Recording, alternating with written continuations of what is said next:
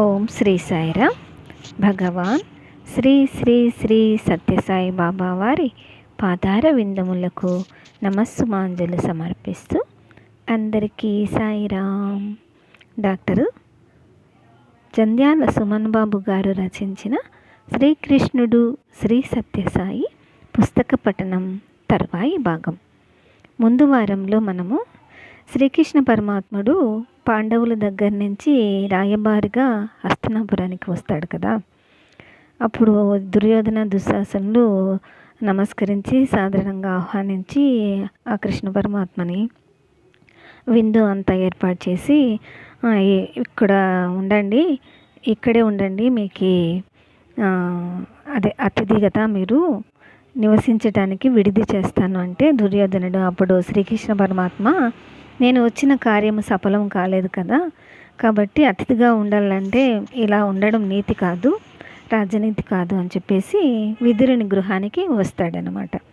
అక్కడ విదురుడు సులభ అతని భార్య ఇద్దరు కూడా స్వామి తమ ఇంటికి వచ్చినందుకు వాళ్ళకి కాళ్ళు చేతులు ఆడవన్నమాట. ఆ భక్తి భావము అంత పొంగిపోతారు వాళ్ళు. స్వామిని అసలు కీర్తిస్తూ వాళ్ళకు నచ్చిన ఆతిథ్యముతో స్వామిని పారవస్యంగా భక్తిగా చేస్తూ ఎంతో ఆనందపడిపోతారు.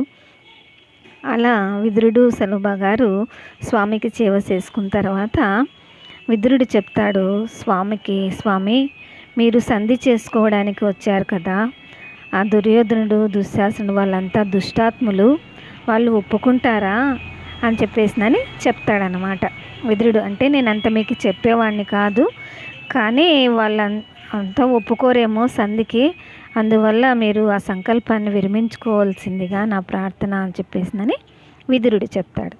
అప్పుడు స్వామి ఏం చెప్తాడో విందామా మరి. అప్పుడు శ్రీకృష్ణుడు ఆ విజ్ఞప్తిని విని అలవోకగా నవ్వి, విదురదేవా, దుర్యోధనుని దుష్టబుద్ధి నాకు తెలియనిది కాదు.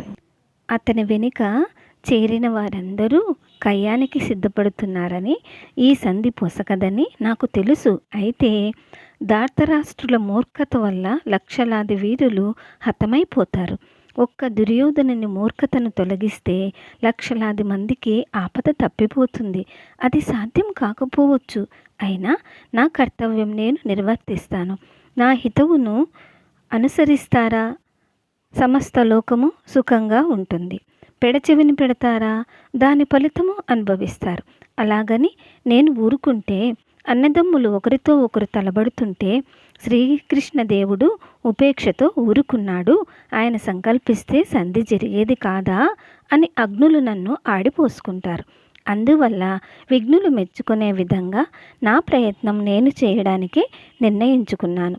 ఒకవేళ నువ్వు అనుకున్నట్లు దుస్సంకల్పంతో నాకు అపకారం తలపెడితే వారు క్షణమైనా నా ఎదుట నిలబడగలరా అన్నాడు.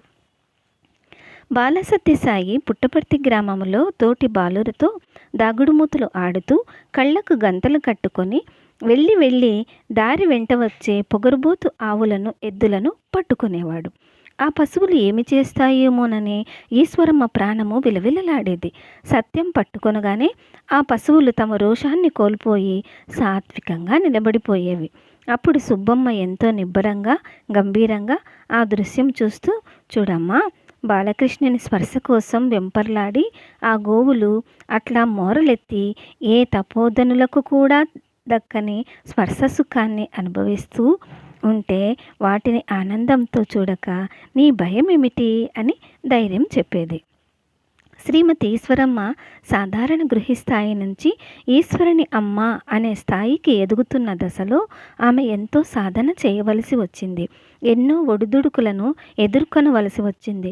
తన కుమారుని దివ్యశక్తి గురించి అమాయకమైన ఆ తల్లికి అర్థమయ్యేది కాదు.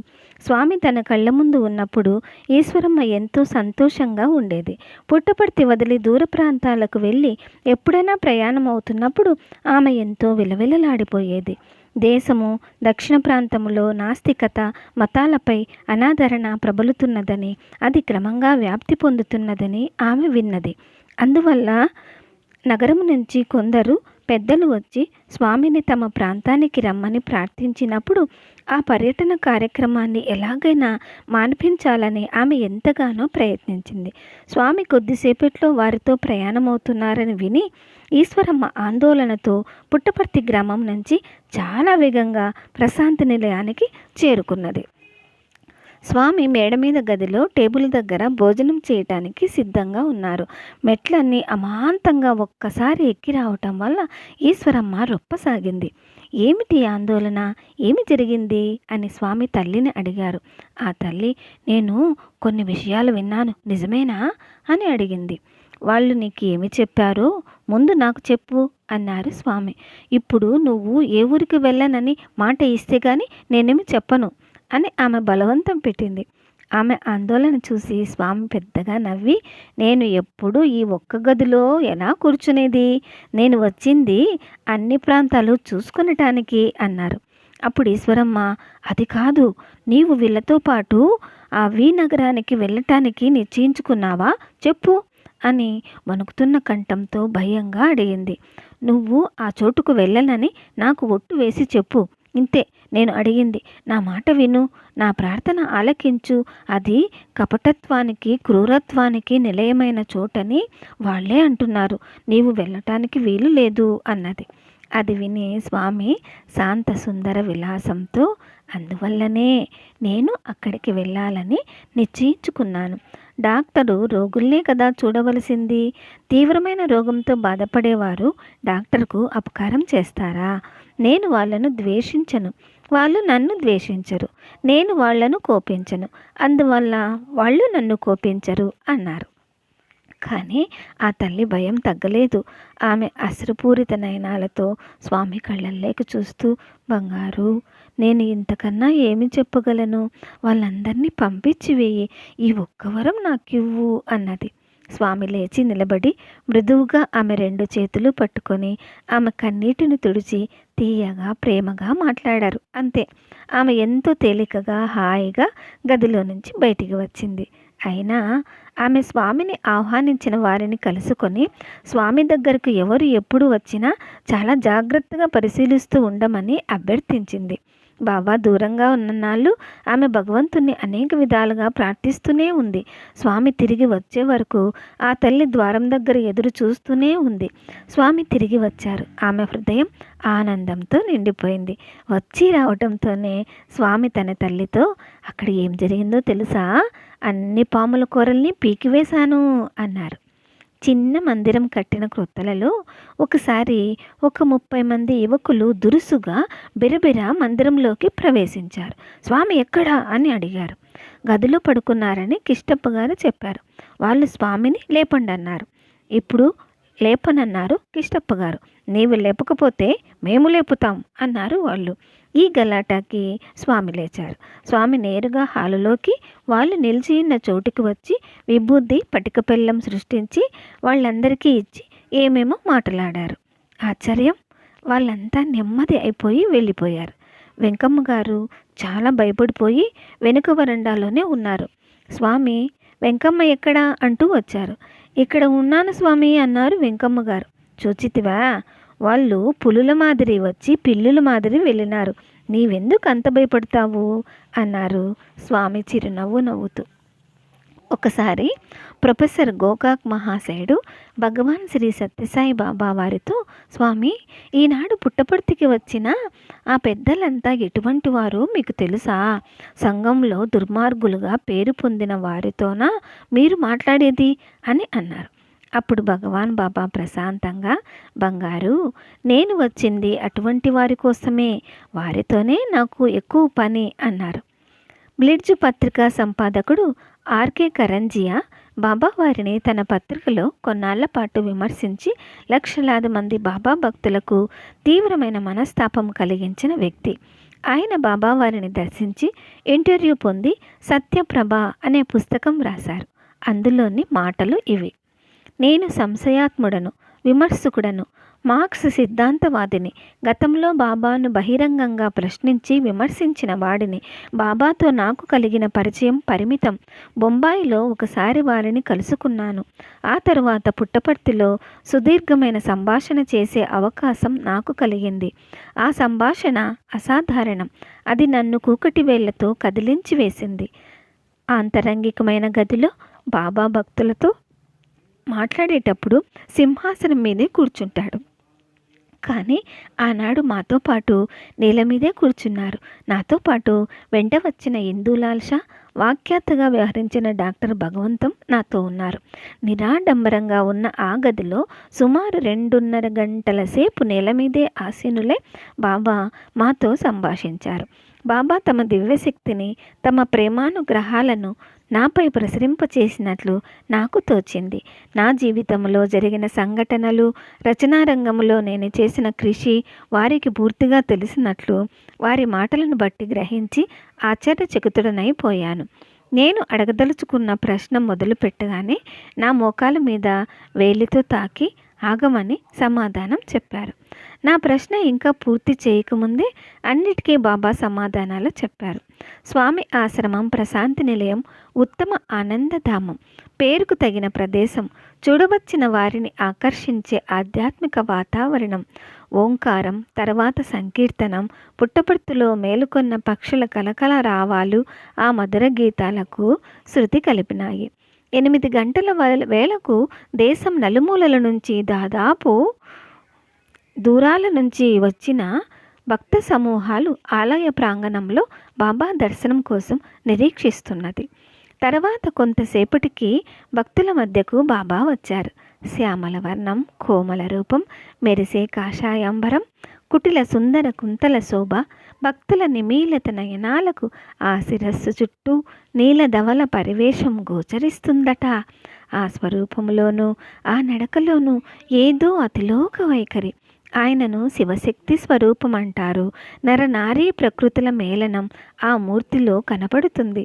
పురాణాల్లో చేసిన వర్ణనల ప్రకారం శ్రీకృష్ణుడు స్వామి మాదిరిగానే ఉండేవాడు అనిపిస్తుంది. ఆయన గమనంలో నర్తన సుందర లాలిత్యం. భక్తుల మధ్య సంచరిస్తూ కావలసిన వాళ్ళకి విభూది సృష్టించి ఇస్తున్నప్పుడు చూస్తుంటే బాబా ఈ లోకానికి చెందినట్లు చెందనట్లు ఒకే క్షణంలో స్ఫురించింది. భక్తులకు భగవాన్కు మధ్య ఏర్పడిన అనుబంధం, అనుసంధానం విద్యుద్వేగంతో శక్తిమంతంగా అప్పటికప్పుడే ప్రకటన పొందుతుంది. బాబాకు ప్రజలకు మధ్య నెలకొనే ఆధ్యాత్మిక అనుబంధం ఎంత గాఢమైనదో చూసి తీరవలసిందే. చెబితే నమ్మలేము. బాబా కొనసాగించిన ఆధ్యాత్మిక విప్లవానికి కృషి, ఆరాధన, వివేకం పునాదులు. ఈ సిద్ధాంతాలకు తార్కాణములు నాకు ఎన్నో కనిపించాయి. చీపురు పట్టుకొని ప్రాంగణం ఊడుస్తున్న ఆవిడ పూర్వము ఒక సంస్థానానికి మహారాణి. నా వెంట ఉన్న ఆయన మెజిస్ట్రేట్ పదవికి రాజీనామా చేసి ఆశ్రమంలో సేవకుడుగా ఉంటున్నాడు. బాబాకు నాకు మధ్య వాఖ్యాతగా ఉన్న పెద్ద మనిషి, భారతీయ శాస్త్రవేత్తలలో ప్రముఖుడు. ఇంతకన్నా నేనేమి చెప్పను. నేను బ్లిడ్జ్ పత్రిక ఒక దుర్భావనతోనే వచ్చాము. నేను ముందే చెప్పినట్లు ఇది ఒక అద్భుతమైన, నన్ను కదిల్చివేసిన అనుభవం. కరంజియా మహాశయుడు ప్రశాంతి నిలయంలో కళాశాల విద్యార్థులకు ఉపన్యాసమిస్తూ బాబా యోగీశ్వరుడైన శ్రీకృష్ణుని అపరావతారము, భౌతిక విజ్ఞాన శాస్త్రంలో అగ్రగణ్యుడిగా ప్రఖ్యాతిగాంచిన ఐన్స్టీన్ ఒకసారి జవహర్లాల్ నెహ్రూ కలుసుకొనడం జరిగింది. ఆ సందర్భంలో నేను వారితో ఉన్నాను. అప్పుడు ఐన్స్టీన్ మా వద్ద మరణమునకు ఫార్ములా ఉంది. ఈ మరణ పిచాచి బారి నుండి మానవాళిని కాపాడటానికి మీరే ఏదైనా చెయ్యాలి అన్నాడు ఆవేదనతో. నేడు మనం దైన్యం, భయం, సంశయములతో కూడుకున్న అలనాటి అర్జునుని మానక స్థితిలో, అలా దీనావస్థలో ఉన్నాము. దీనికి ఆనాటి కృష్ణ చికిత్సా విధానమే మందు. ఈ దుస్థితికి చికిత్స చేయడానికి నాటి పార్థసారథి తిరిగి నేడు బాబా రూపంలో అవతరించాడు అని పలికారు. శ్రీకృష్ణుడు పాండవులకు హితం చేకూర్చాలని హస్తినాపురంలో ఉన్న కౌరవుల దగ్గరకు రాయబారిగా విచ్చేశాడు. సభాస్థలిలో వారందరినీ కలిసి అభివాదాలను అభినందనలను అందుకున్నాడు.